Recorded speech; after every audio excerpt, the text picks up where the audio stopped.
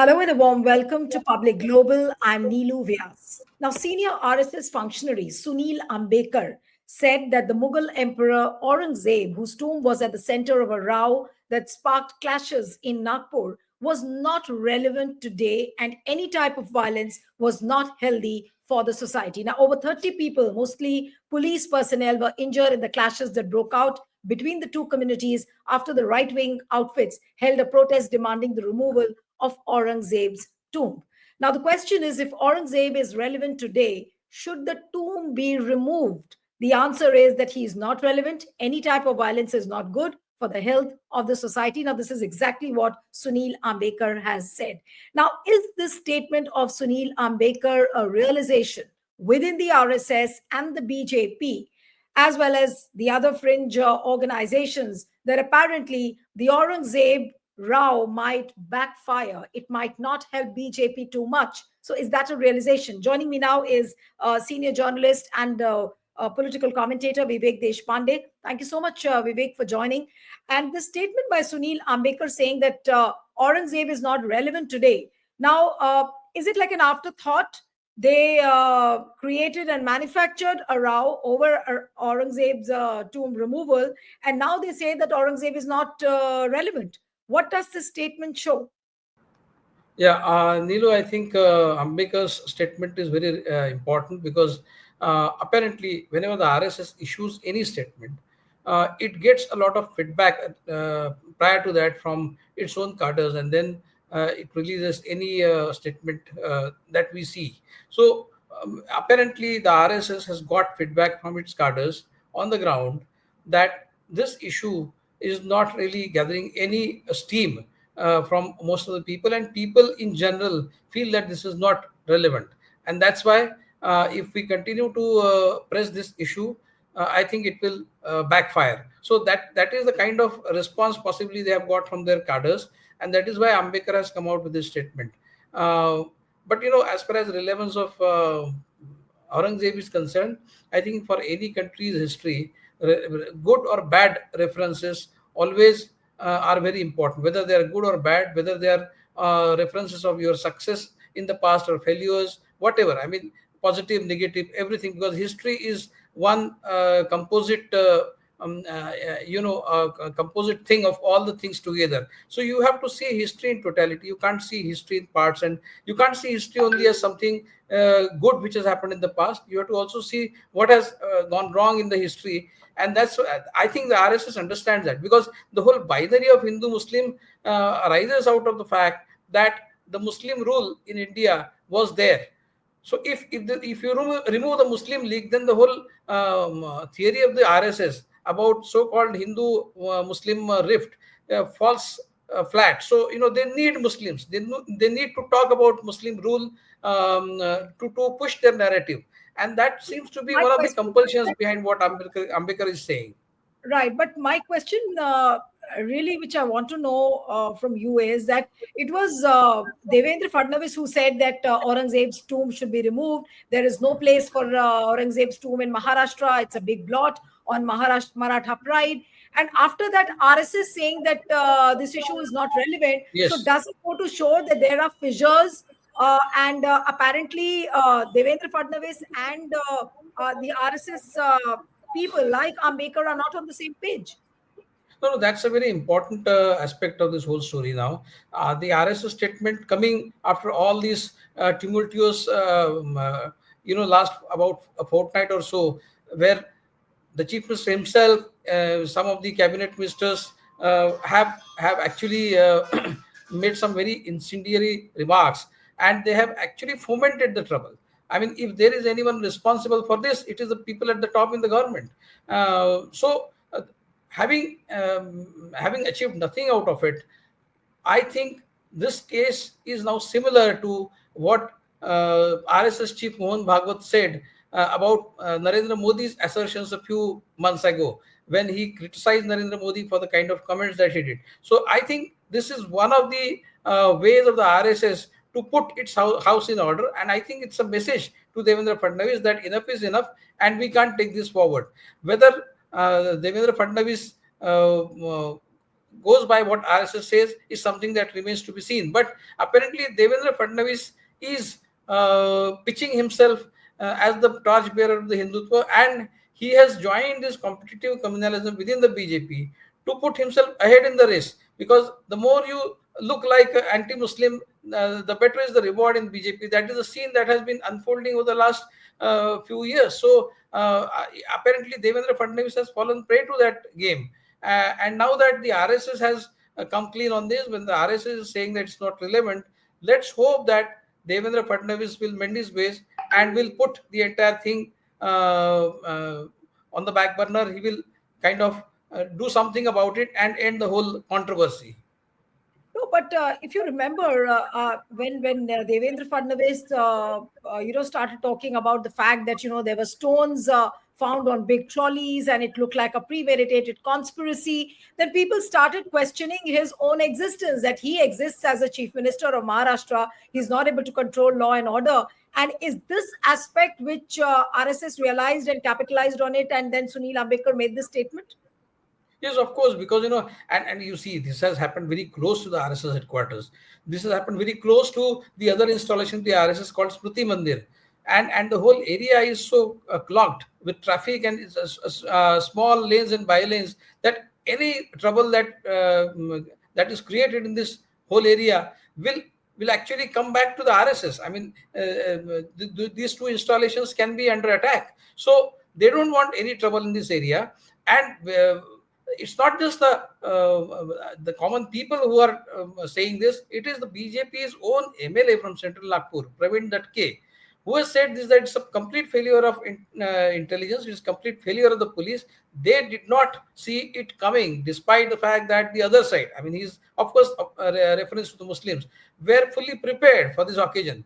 Of course, he's ignoring what his own people did in the morning of Monday, when they burned that chadar, which was allegedly superscribed with some ayats from Quran or something like that. So that was the allegation. So now they have realized that the whole trouble is at their doorstep, very close to the RSS headquarters and the other installation of the RSS, and that seems to have left the RSS worried over this, and maybe this realization about Aurangzeb not being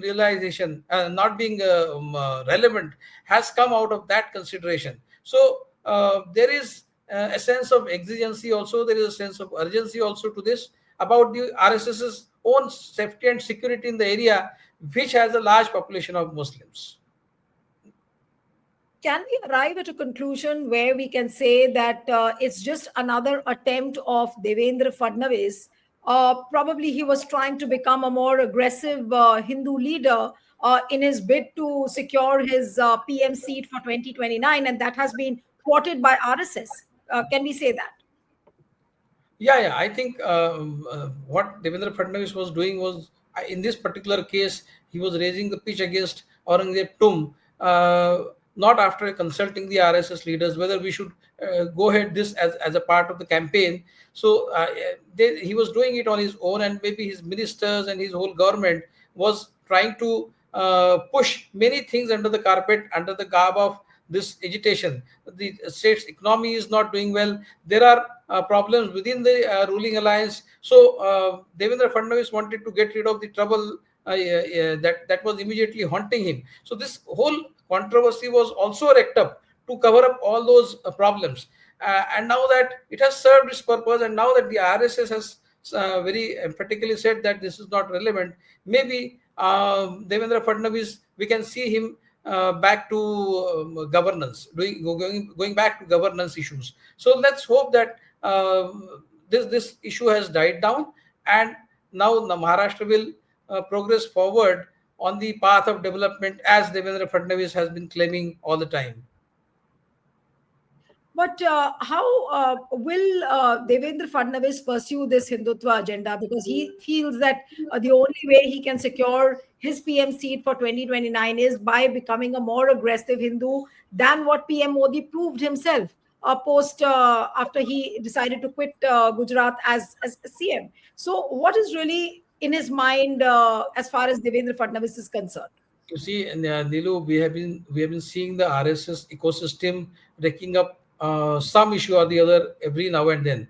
We were kind of under the impression that after Ram Temple, after 370, after Common Civil Code, and such other things, the RSS is and the ecosystem is not left with anything to push forward now. But that is not the case. They every now and then they are coming out with some issue or the other. So if this issue is allowed to die down, then let's not presume that they will not come out with anything else. They will always have something else to chew and something else to throw around. So they will do it definitely in future, not immediately, but after a gap of few months, when the municipal elections in the state come up. So let's see what they do. But definitely, they might eschew this particular issue for now, but that doesn't mean that they have left their Hindutva and they will not come out with anything else No, in the days to come. they might come up with some other